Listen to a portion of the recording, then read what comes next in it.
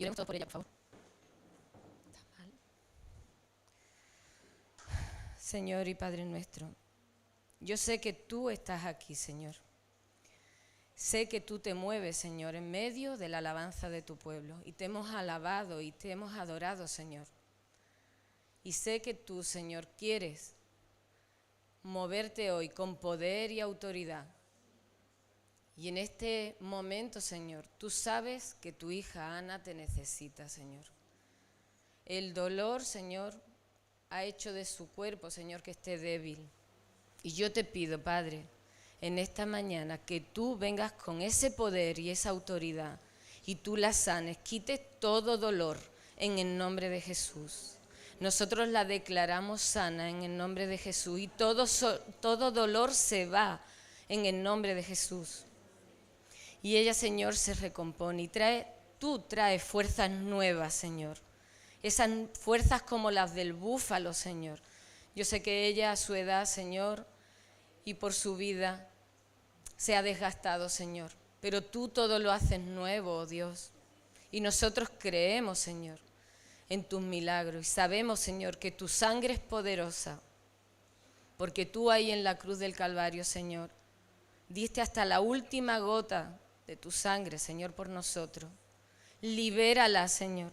Trae libertad, Señor, a su cuerpo. Trae libertad a su mente, Señor. Trae libertad a su espíritu, Señor. Llega a lo más profundo de su alma, Señor, y libérala, límpiala, Señor. Te lo pedimos en el nombre poderoso de tu Hijo Jesucristo, quien es el Rey y Señor de nuestras vidas. Tú eres el Rey y Señor, Señor, de toda su vida. Ella te ha entregado su vida a ti, Señor. Transfórmala, Señor. Trae, Señor, un día nuevo y maravilloso para que ella se goce en ti, Señor. Pon una canción en su mente, pon gozo en su corazón, Señor. Oh Santo y poderoso.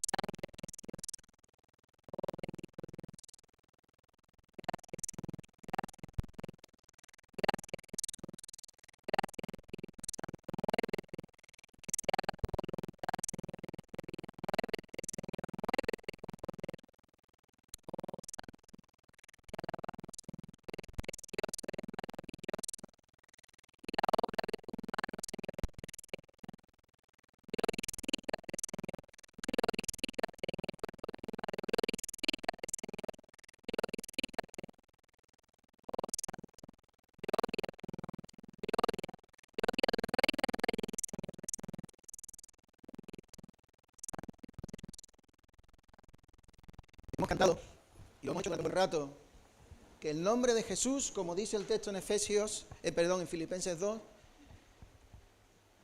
es nombre sobre todo nombre. Y si lo hemos cantado, el nombre de Jesús es nombre sobre toda situación, enfermedad, angustia que pueda encontrarse Ana. Y lo declaramos porque lo dice su palabra. Y el nombre de Jesús prevalece sobre lo que tiene o lo que se está sintiendo ella ahora. Así que declaramos la sanidad en el nombre de Jesús sobre ella. ¿Dónde está Noemi? Bueno, el Señor es bueno. El Señor es bueno, sea cual sea nuestra circunstancia, el Señor sigue siendo bueno.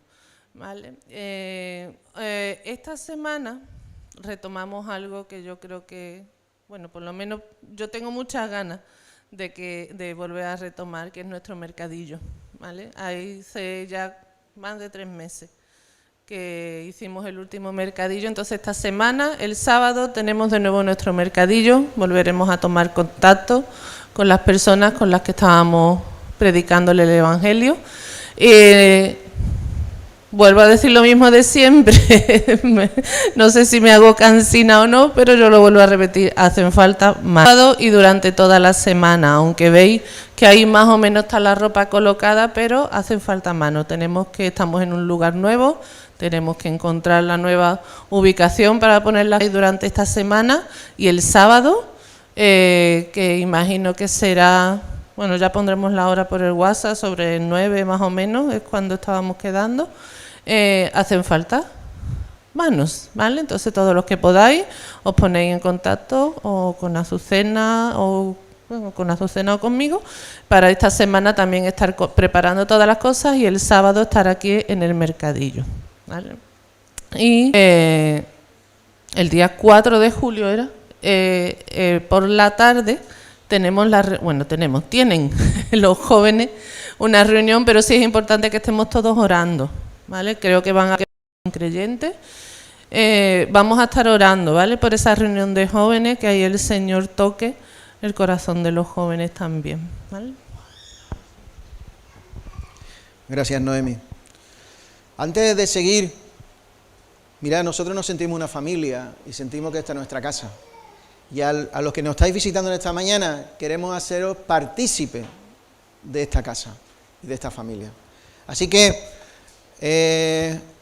Andrés, esta es tu casa. Bueno, César, de nuevo te vemos aquí, lo mismo. Y bueno, Alicia, ¿nos presenta a tus amigas?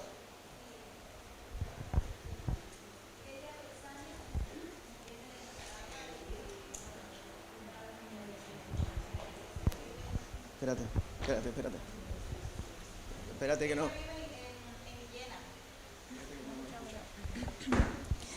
Ella es mi amiga Isania, es de Nicaragua y ella vive en Guillena. Vino para venir a visitarnos y conocer la iglesia. Fanny ahora mismo no se encuentra, ha salido a hacer unas cositas, pero también es de Nicaragua y Fanny es la que estuvo con nosotros en lo del Facebook, las reuniones del Facebook. Y ya está. Es tu casa. Bienvenida. Quiero dar también la bienvenida, y me acuerdo, a Marta. Bienvenida. A Pilar, que está allí al final también. Bienvenida. Y Miriam está por aquí. Miriam está en la clase, ¿no? Bueno, yo quería venir a presentar a ellos, pero ¿nos decís vuestro nombre? Soy Diego. Y Ana. Muy bien. Sí, yo sé que habéis tenido contacto con Miriam, por eso quería presentar. Esta es vuestra casa, bienvenidos. Bien. Lo cierto es que os veo y es cierto que nos sentimos una familia. Y es cierto que nos queremos y los lazos de unión están hechos. Y nos sentimos felices de poder estar como iglesia aquí participando de lo que más nos gusta.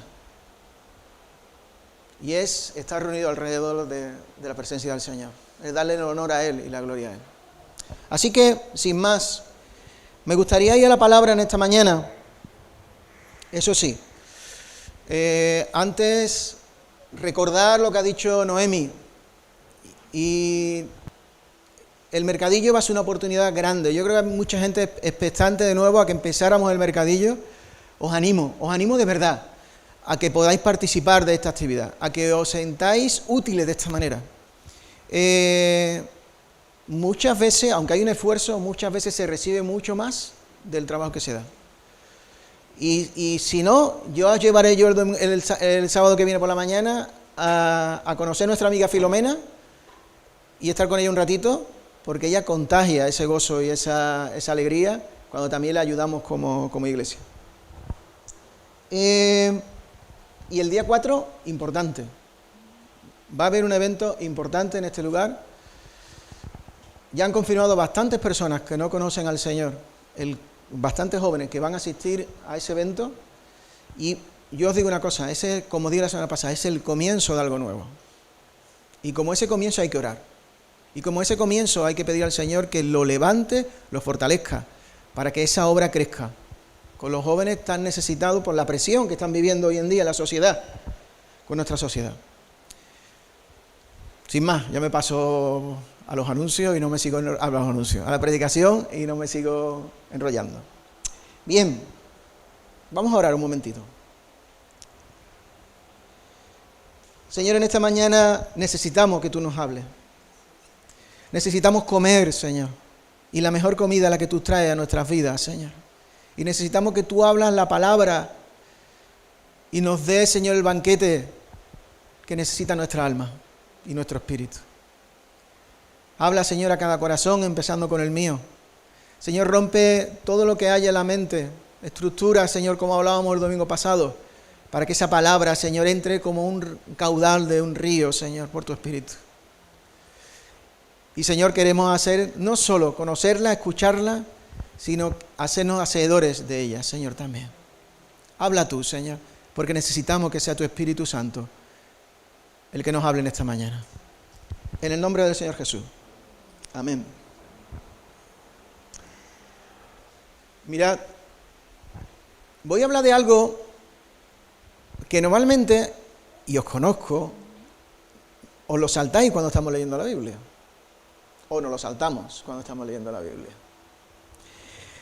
Cuando llegamos al libro de Génesis, o al libro Segunda de Crónicas, o el Levítico, y vemos una genealogía grande, decimos, mira por dónde me voy a saltar 3 o 4 capítulos y ya he avanzado más. Antes llevaba el 10 y pues ya estoy en el 14. Y nos lo terminamos por saltar. Son aburridas las genealogías.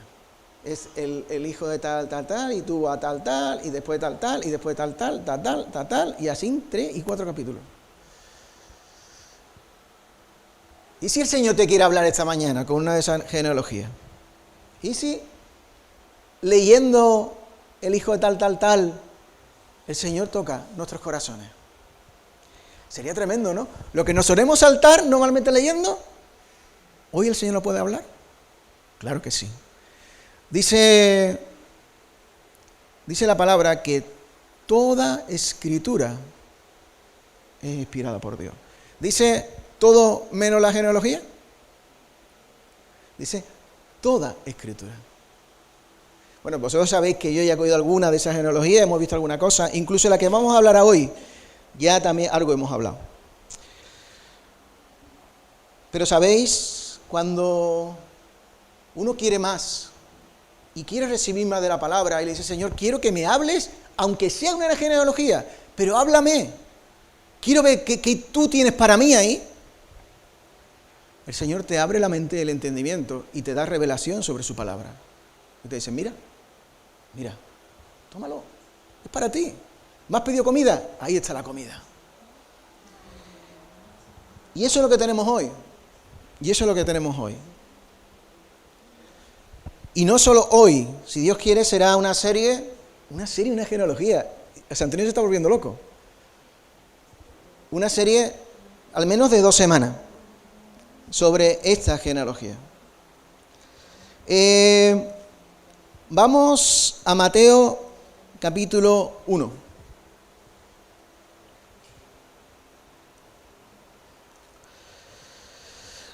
Vamos a empezar a leerla, pero sí que es verdad que después vamos a parar porque hoy vamos a avanzar en varias cosas. Hoy permitirme, y sabéis que me gusta mucho narrar, y hoy voy a narrar varias historias. Entonces, como voy a narrar varias historias, vamos un poquito rápido, y como hay varias lecturas, así que vamos a empezar leyendo hasta un punto y ya después terminamos diciendo alguna cosa más. Empieza así, versículo 2. Abraham fue el padre de Isaac, Isaac fue el padre de Jacob, Jacob fue el padre de Judá y de sus hermanos, Judá fue el padre de Fares y de Sera, la madre fue Tamar. Fares fue el padre de Esrón, Esrón fue el padre de Ram, Ram fue el padre de Aminadab, Aminadab fue el padre de Naasón, Naasón fue el padre de Salmón, Salmón fue el padre de Boz, su madre fue Raab, Boz fue el padre de Obed, su madre fue Ruth, Obed fue el padre de Isaí, Isaí fue el padre del rey David, David fue el padre de Salomón y su madre fue Betsabé, la viuda de Urías. Salomón fue el padre de Roboam. Roboam fue el padre de Abías. Abías fue el tal y tal y tal y tal. Y termina la genealogía en el versículo 15 y 16, diciendo: Eliud fue el padre de Eleazar, Eleazar fue el padre de Matán, Matán fue el padre de Jacob, Jacob fue el padre de José, esposo de María, y María dio a luz a Jesús, quien es llamado el Mesías. Qué repetido es, ¿verdad? Y tal fue el padre de tal, y tal fue el padre de tal. ¿Qué nos quiere decir el Señor con esto? José Antonio, ¿tú estás seguro que quiere profundizar en esto? Pues sí. Mira, en concreto esta genealogía, esta tiene varias peculiaridades, que es diferente a la genealogía del Antiguo Testamento. Mira, lo peculiar, lo primero que llama la atención es que menciona grandes hombres de Dios. Habla de Abraham, habla de David, habla de reyes que yo no he leído, pero que dice la palabra que fueron los que nunca ha habido reyes tan grandes como ellos, que eran Ezequías y Josías. Habla de grandes hombres de Dios. Pero si analizáramos los nombres que aparecen ahí, también habla de bandidos, de ladrones, de mentirosos, de asesinos, de adúlteros. ¿En la genealogía de Jesús? Curioso.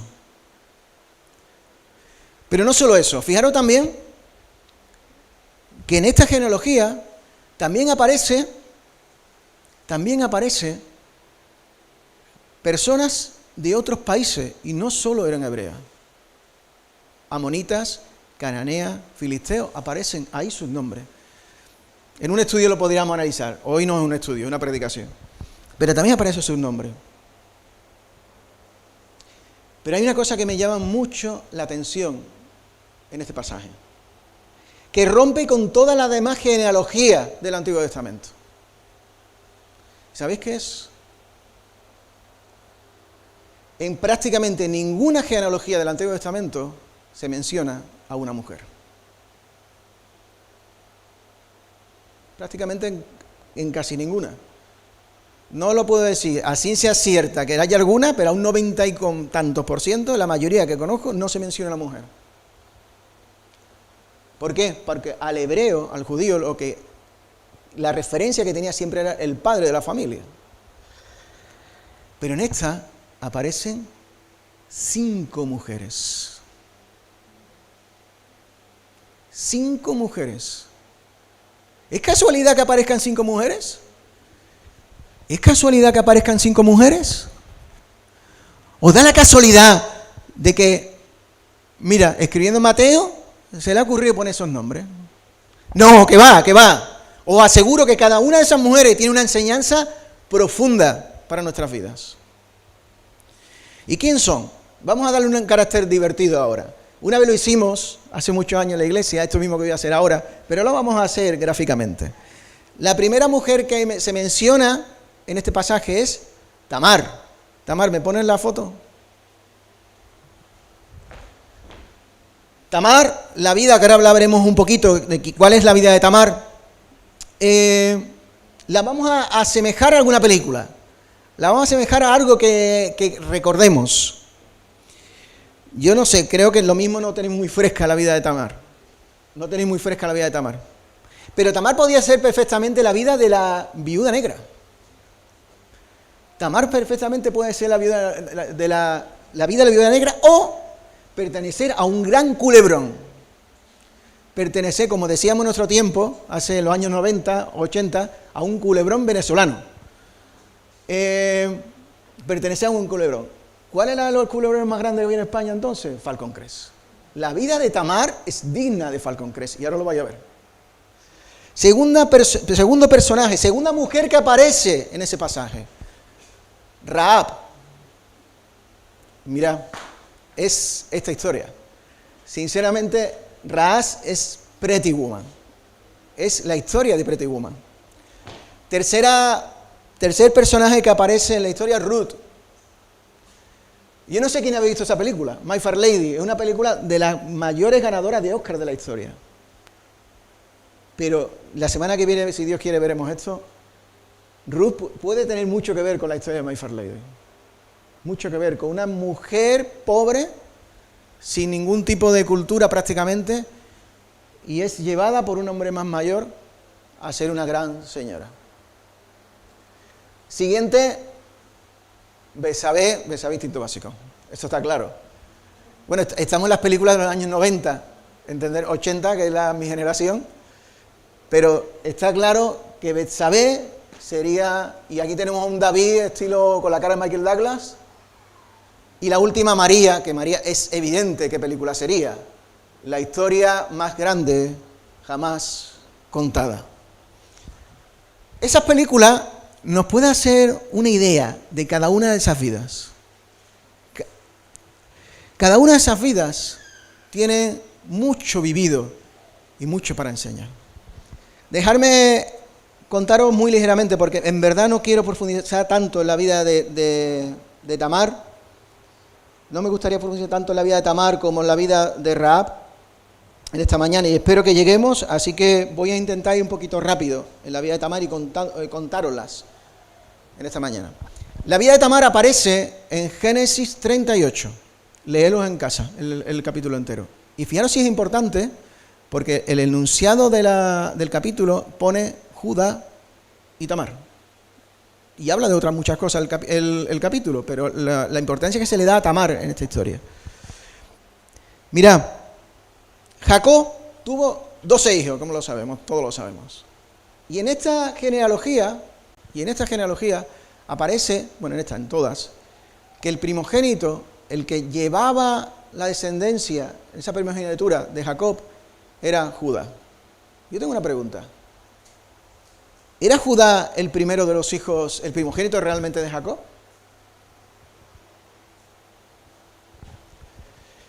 Si sabéis la historia, el primero de los hijos de Jacob fue Rubén. ¿Por qué Rubén, siendo un gran hombre en muchos casos, el único que defendió a José? Y vemos que en muchas situaciones que se nombra a Rubén, se habla de manera positiva. ¿Por qué Rubén no es el primogénito y sí es Judá? Porque tuvo el desliz, la desfachatez, lo que queráis, de tener relaciones con una concubina de Jacob. Y eso le hizo perder la primogenitura. Judá es el primogénito. Y Judá se casa con una cananea y tiene 3 hijos. 3 hijos. Lo voy a buscar para no confundirme los nombres. Tiene a a Onam, y tiene un tercer hijo que se llama Sela, que era mucho más joven que los otros 2. Y decide casar a su hijo mayor, decide casar a con una mujer llamada Tamar. Pero si leéis el capítulo 38, nos dice que era un hombre malo, que hacía las cosas que a Dios no le agradaba. ¿Y sabéis qué pasó? Murió. Acordaros que os he dicho que es la historia de la viuda negra, Murió. Y murió sin dar descendencia a Tamar. Según las leyes judías, entonces todavía no escritas, porque recordad que después se escribieron más tarde, si moría un hermano y su esposa se quedaba viuda, evidentemente, esa viuda pasaba al siguiente de los hermanos. O sea, esa mujer pasaba para que le diera descendencia al siguiente de los hermanos. ¿Quién era el siguiente de los hermanos? Onam. Onam pensó, me están dando por rebote a mí a Tamar, pero yo quiero tener mi propia descendencia. Yo no quiero tener descendencia con Tamar. ¿Y qué hacía Onam? Y este es uno de los versículos que la Iglesia Católica toma para decir que no se puede usar los anticonceptivos. ¿Qué hacía? Cada vez que tenía relaciones con Tamar, en vez de tener, ¿cómo lo explico para que sea más suave? Echaba el semen fuera. Ya os digo, este versículo lo utiliza la Iglesia Católica para explicar que no hay que tomar anticonceptivos. ¿Por qué? ¿Cuál fue la consecuencia de que Onam hiciera esto? Murió. Pero no murió por hacer eso. Murió porque no cumplía realmente lo que se estaba mandando y estaba buscando su propio beneficio. Bueno, esta historia, ya veréis, si leéis el capítulo 38, ahí no se menciona a Dios para nada, solamente para decir que estamos haciendo lo malo con Dios. Aquí ninguno de los personajes está haciendo grandes cosas para Dios. Aquí ninguno de los personajes está buscando a Dios. Pero sigue la historia. Muere Onam, ¿y a quién le pertenece? ¿A quién le pertenece Tamar? Al hijo más pequeño. Voy a intentar ya quitaros los nombres para así no confundiros. Al hijo más pequeño. Pero era muy pequeño todavía. Y le dijo Judá, no te preocupes, Tamar. Cuando crezca, yo te busco y tú te podrás estar con él. Tamar se fue con sus padres, como nos narra el capítulo 38 de Génesis, se fue con sus padres, tan contenta y esperando que llegase ese momento. Pero Judá, que era muy listo, dijo, jaja, que se ha criado ella, que mi hijo pequeño se va a ir con ella. Ya se le olvidará. Pero lo que no sabía Judá es que Tamar era más lista que Judá, como después reconoció el mismo Judá. ¿Qué pasó? Tamar sabía ya que había crecido el hijo pequeño y no le había llamado. Y se enteró, alguien le chivateó, le dijo, Tamar, que Judá viene por este pueblo. Y le dijo Tamar, pues esta es la mía. Cogió y se disfrazó. Las niñas se disfrazan de, no sé, de Blancanieves, de la Cenicienta, de, no sé, de Rapunzel. Tamar se disfrazó de prostituta. Y fue a esperar a Judá en el camino. Y yo no sé lo que tendría. Es verdad que ya Judá, hay que decirlo, era viudo en este momento, Pero yo no sé qué tendría Judá en su mente, que tal como vio a Tamar, que tiene un velo puesto, se acercó a ella y le dijo, quiero tener relaciones contigo. ¿Cuánto me cuesta? Judá, el hijo de Jacob, Y concretaron que el precio de esas relaciones era un chivo. Y le dijo Judá, no tengo ese chivo. Dice, pero no te preocupes, le dijo Tamar. Dame tu sello y tu bastón. Y con eso me vale hasta que tú me traigas el chivo. ¿Te parece bien? Y Judá, que estaba pensando en otra cosa, realmente estaba pensando en otra cosa, ¿qué hizo? Se lo dio. Después de tener relaciones, mandó a su criado a que le llevara el chivo. Pero claro, Tamar no era prostituta. Fueron a buscar la prostituta del pueblo y nadie sabía quién era la prostituta del pueblo. Fue imposible darle el chivo. Y si fue imposible darle el chivo, ¿qué se quedó Tamar? Con el sello y el bastón de Judá. A los 3 meses, vinieron corriendo a decirle a Judá, tu nuera Tamar ha tenido relaciones con alguien y está embarazada. Tu nuera Tamar te ha engañado. Y dijo, sí, por el castigo, como vimos también en los evangelios, cuando cogieron a la adúltera, infraganti, ¿qué era? La sacamos fuera y la apedreamos hasta que muera. Pues sacarla fuera y matarla. ¿Y sabéis qué hizo Tamar? Quieto parado todo el mundo. Yo sé quién es el padre, y el padre es el dueño de este anillo y este bastón. Judá entendió la historia y entendió la jugada que le había hecho Tamar. Le reconoció todo el juego que había hecho tras de él para conseguir esa descendencia que se le habían negado. Y tuvo 2 hijos. Este es uno de los pasajes bíblicos, este nacimiento, de los que yo siempre he dicho, algún día yo tengo que saber realmente qué está diciendo este pasaje. Dice que tuvo a Fares y a Sera. Y como eran 2, tenían que saber cuál era el primogénito, porque el primogénito es el que iba a llevar el linaje de la familia. Dice que uno de ellos sacó el brazo, el brazo, lo he dicho bien, y le dijeron a la persona que le estaba ayudando, dice, vamos a ponerle un cordón rojo para saber que él es primogénito. Pero ¿sabéis qué pasó? Que se volvió a meter para adentro y el otro nació primero. Y el primero fue Fares. Mirad, en esta historia yo podría deciros, hay que ver, porque la astucia de Tamar es la astucia que el Señor nos llama para... Yo creo que todo eso salido del contexto. Porque nadie que nos narra este pasaje estuvo bien. ¿De qué nos va a servir referencia? ¿Qué ejemplo nos va a dar? ¿Tamar no va a dar un ejemplo? ¿Judá no va a dar un ejemplo? Ni siquiera Fares y Sera, que estaban peleando por nacer primero. ¿Qué ejemplo no estaban dando? Ninguno. Pero hay un detalle nada más que quiero dejar antes de entrar en Rahab. Y sí quiero que penséis en esto. Meditando en todo esto, fui a un texto que dice, que está en Éxodo, capítulo 20, versículo 5. ¿Me lo pone Dani? Y lo leemos desde aquí. Y dice así: no te inclinarás a ellas ni las honrarás, porque yo soy Jehová tu Dios, fuerte, celoso, que he visto la maldad de los padres sobre los hijos, sobre la tercera y sobre la cuarta generación. En esta versión no lo pone ahí. A los que me aborrecen. El pecado de una familia, de un padre, puede afectar a la tercera y hasta la cuarta generación de sus hijos. Y me gustaría meditar en algo que quizás no hemos caído nunca. Pero Jacob le compró la primogenitura a Esaú, cuando tampoco le correspondía a Jacob, hacer la primogenitura por un plato de lentejas.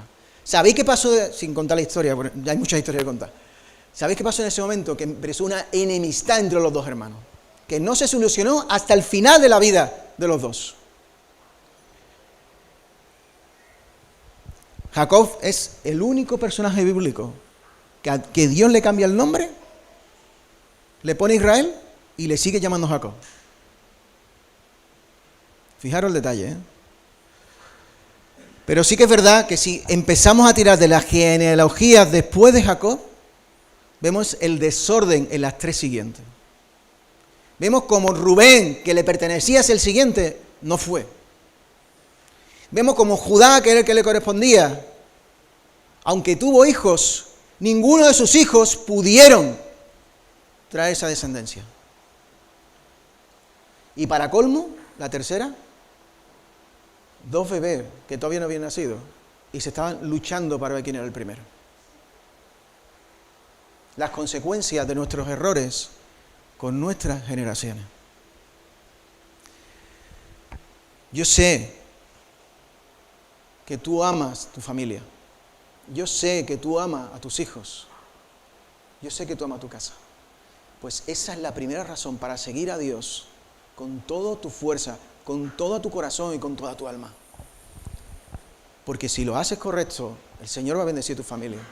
Pero cuidado con nuestros errores y las consecuencias generacionales que eso puede traer. Y hasta aquí, Tamar. Vale, ahora sí quiero entrar y profundizar un poquito más en la siguiente vida. Rahab. Si alguien se acuerda de la historia, veréis que no va muy equivocado. El póster de la película hemos visto de Pretty Woman. ¿Por qué? Hace 2 semanas estábamos predicando justo de este pasaje, antes de este pasaje. ¿Qué pasaje era? Cuando el pueblo de Israel llega justo antes de cruzar el Jordán, y acordaros que os dije, durante 3 días se pararon y no cruzaron el Jordán. En esos 3 días, Josué mandó 3 espías a la ciudad de al lado, a Jericó. Y ahora sí, permitidme que vayamos a leer este pasaje. Josué, capítulo 2, versículo del 1 al 15. Y por favor, Juan, ¿tú lo puedes leer?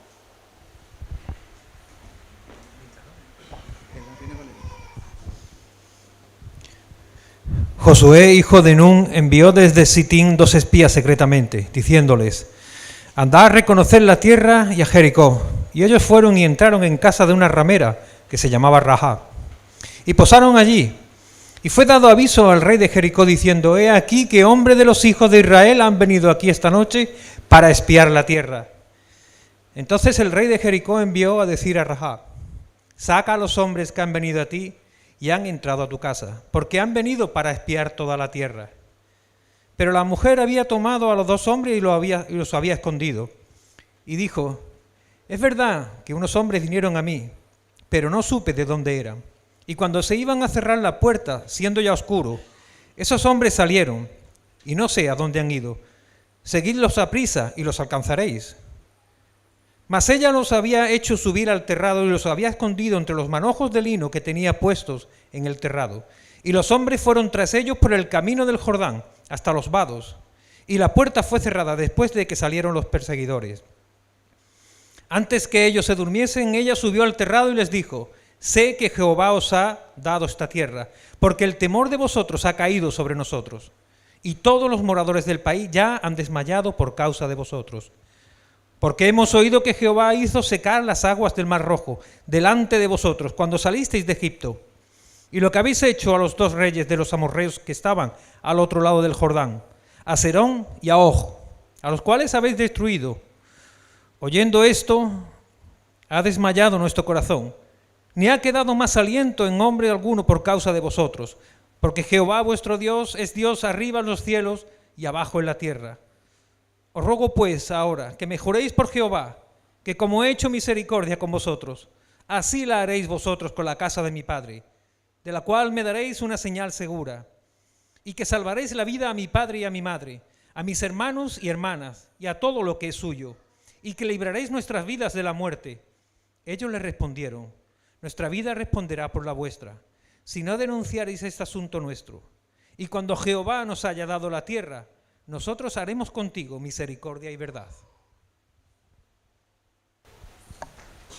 Gracias, Juan. Antes de empezar de nuevo con Rahab, un detalle que se me ha olvidado sobre Tamar. En Estados Unidos hicieron un experimento y cogieron a una familia seguidora de Jesús con buenos valores y cogieron a otra familia descarriada, ladrona, que tenían diferentes tipos de vicios, y empezaron a estudiar durante muchos años su genealogía, cómo fueron creciendo, cómo fueron sus hijos.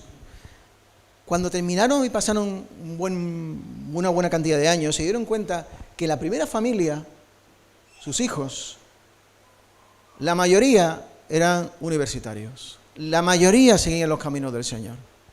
Había médicos, abogados, había hasta, porque es un hecho real lo que estoy hablando, hasta un vicepresidente del gobierno. El índice de divorcio creo que estaba en un 20% en esa familia, en un 30%. Para no seguir ni liaros con muchos números, la otra familia estudiaron la genealogía. El 60% de todos los hijos habían entrado en la cárcel. El índice de divorcio era del 80%. Casi ninguno tenía estudios. Y casi ninguno se podía ganar prácticamente la vida, sino con trabajos muy precarios. ¿Veis la importancia que tenemos con nuestras generaciones en lo que influenciamos? Ese detalle era para terminar la historia de Tamar. Mirad, algún estudioso de la palabra, algún exégeta de la palabra, cuando ha leído el pasaje que nos ha dicho Juan y después lee Mateo 1, y digo a muchos, le ha chirriado los oídos. Y han buscado la forma para entender que una ramera no podía estar en el árbol genealógico de Jesús. Y han entendido, estudiado, han intentado buscar en el arameo, en el hebreo, en el seduceo, en todas las posibilidades, aunque es arameo y hebreo nada más, en todas las posibilidades, para que entender que esa palabra ramera no es realmente ramera. Y alguno decía, viene de una raíz parecida, pero ahí había un error, y se refiere a posadera, no a ramera. Si era ramera, era ramera. ¿Y qué quiero decir con esto? Una cosa es lo que fue y otra cosa es lo que fue después. Bien, la historia la había escuchado y a mí hay varias cositas que me llaman la atención en esa historia. La primera, que ya hemos dicho lo del tema de la ramera. La segunda, dice el pasaje que los espías fueron directamente a la casa de Rahab. Vamos a ver. Esto confunde. ¿Por qué? ¿Qué hacían los espías directamente yéndose a un prostíbulo? ¿Qué sentido tenía eso? ¿Entendéis lo que, si le damos vuelta a lo que está diciendo el pasaje? ¿Por qué fueron? ¿Querían olvidar la misión que tenía y querían aprovechar el tiempo de esa manera? ¿Se habían vuelto como Judá en la historia anterior? Pero mira, aquí hay un detalle precioso. Para Dios no hay casualidades. Para Dios no existe la suerte. Y todo lo que pasa en nuestra vida tiene un sentido. Y cuando conoce a ciertas personas, tiene un sentido. Y cuando vive ciertas experiencias, tiene un sentido. Yo no sé la razón por la que ellos terminaron allí. Pero yo sí sé que ese contacto, esa conversación, esa relación, Dios la tenía prevista. Dios la tenía prevista. Y no me extrañaría en absoluto que los llevara directamente Dios a ese lugar. Y le dijeron, quedaros aquí, de alguna manera. Mirad, Dios hace cosas que a veces nos sorprende y nos parecen extrañísimas en nuestra vida. ¿Cómo de buena primera aparece alguien y nos da una palabra de ánimo? O cómo llega alguien y nos comenta cualquier cosa, o cómo vivimos una experiencia que nos hace entender otras cosas, no sé, pero todos tenemos diferentes situaciones que hayamos vivido así. Dios va a utilizar siempre esos de repente, que estamos hablando mucho en estos últimos meses, esos de repente, para sorprenderte, para contestarte tus peticiones, para seguir haciéndote crecer, para seguir subiéndote de nivel, para llevarte hacia su propósito. Y lo va a usar. Y esas coincidencias nunca van a ser coincidencias, son los hilos que Dios traza en nuestra vida. Bien, eso es lo segundo. Lo tercero, fijaros que el rey habla con mucha familiaridad con Rahab. Y además un mensaje directo del rey a Rahab. La sensación que nos da es que Rahab conocía al rey. Conocía al rey. Es decir, que el rey, podemos entender que frecuentaba aquel lugar. Pero bueno, eso es simplemente un detalle, no es mucho más. Pero sí, mirad, aquí hay varias cosas que me llaman mucho la atención. Y esto ya entramos en la parte de sustancia de la predicación. Rahab, una mujer dañada. Rahab, una mujer rechazada. Rahab, una mujer maltratada por los hombres. ¿Qué futuro pensaba Rahab que podía tener?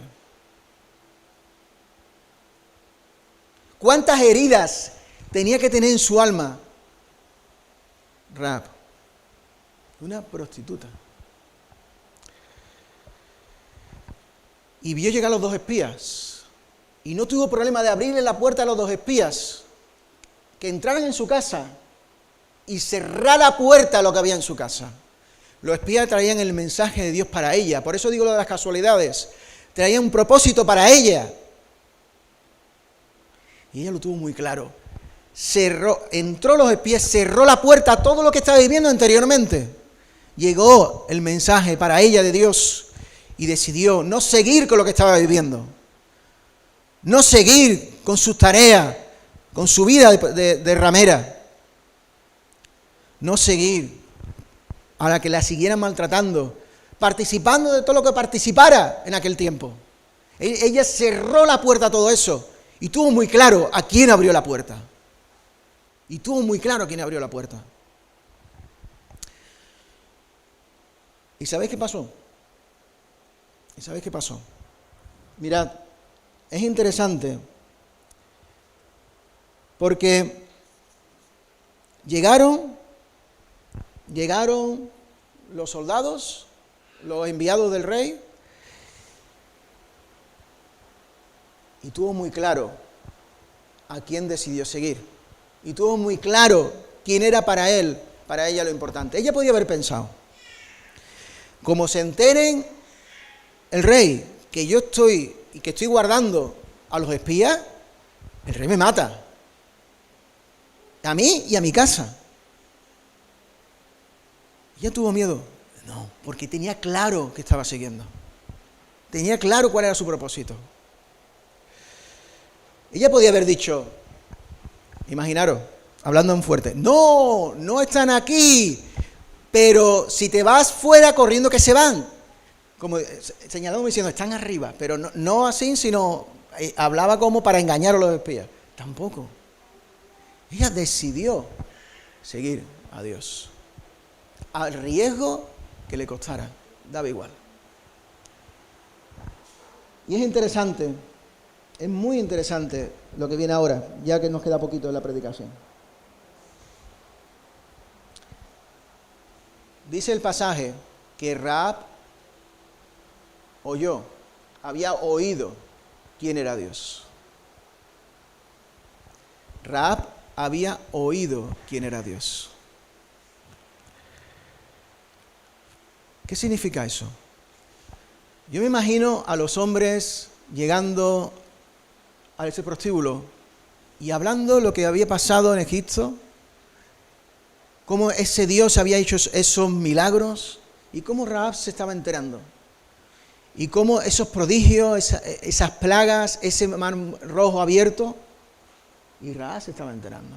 Y después de esos 40 años en el desierto dando vueltas, cómo Dios se manifestaba en la nube, en la columna de fuego, y Rahab se iba enterando. Y cómo arrasaban en aquellos lugares donde iban y se negaban a darle paso. Y Rahab se estaba enterando. Y Rahab estaba entendiendo que tenían un Dios grande y un Dios poderoso.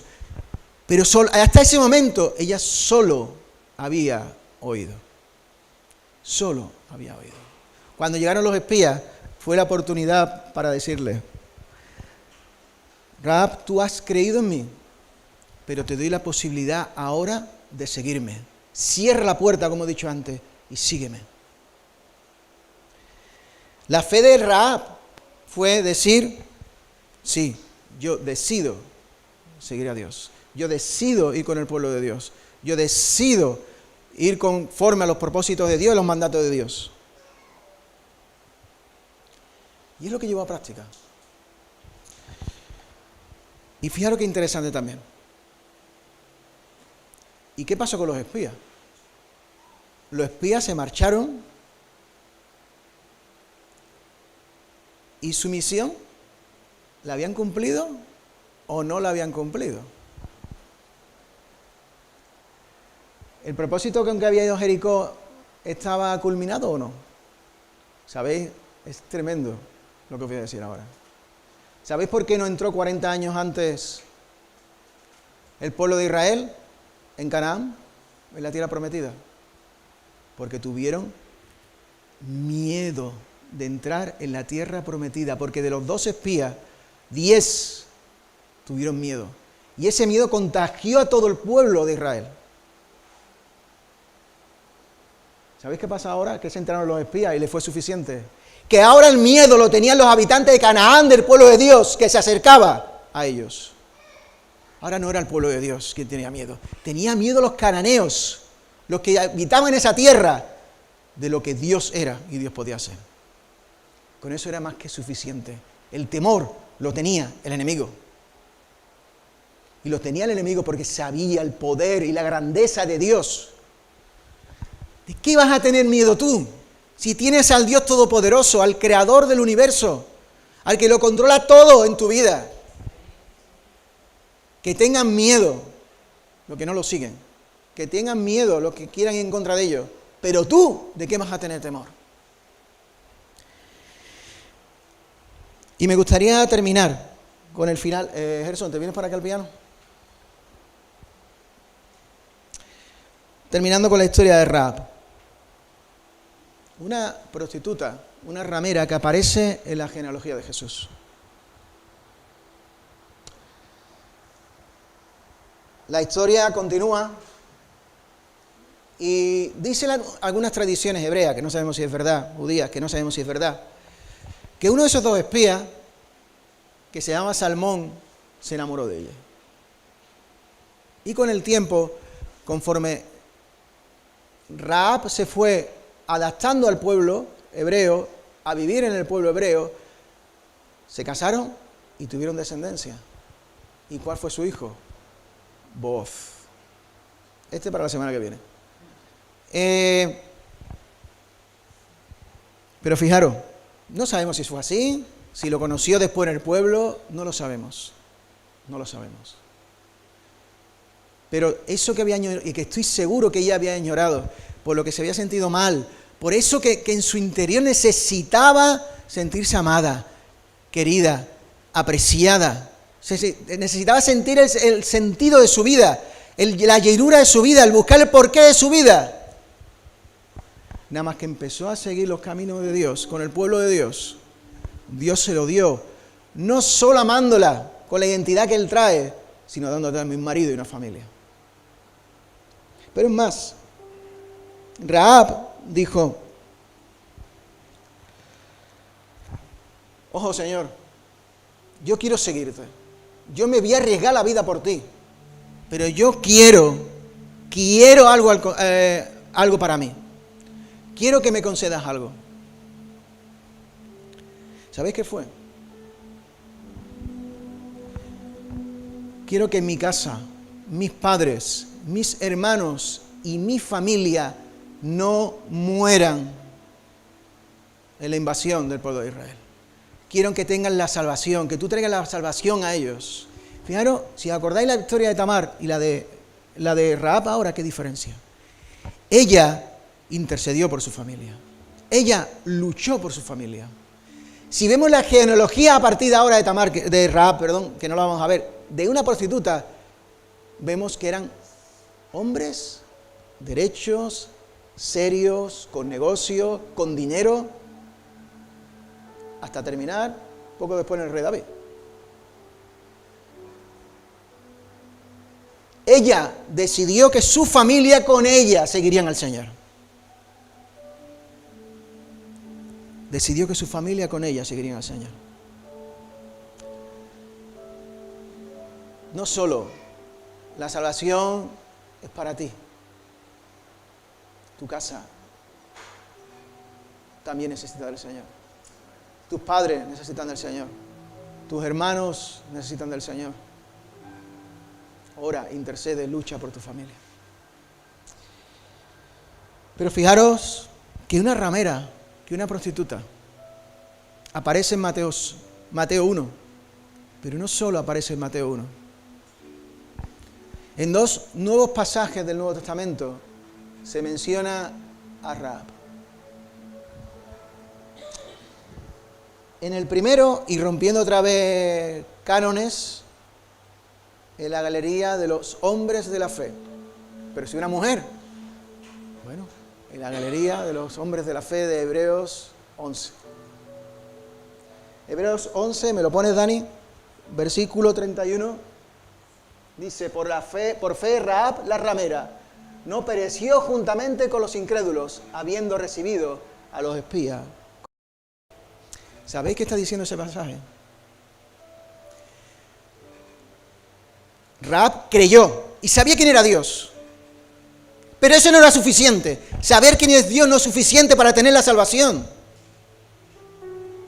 Saber quién es Dios no es suficiente para vivir a Dios en tu vida y tomar su identidad. Hay que tener fe para saber que es una realidad para ti. Y esa fe es riesgo. Otra vez la palabra riesgo, sí, otra vez. Esa fe es riesgo para tu vida, es decir, no solo creo, sino que estoy dispuesto a vivir para Dios, sino que estoy dispuesto a seguir los caminos de Dios. Claro que reconozco al Señor como mi Salvador y por gracia soy salvo, pero ahora también decido que sea mi Señor en mi vida. Esa fe por la que ella aparece en la galería de los hombres y de las mujeres de fe. Pero fijaros en el último versículo que se menciona a Rahab. Otro versículo un tanto conflictivo para algunas religiones. Santiago capítulo 2, versículo 25.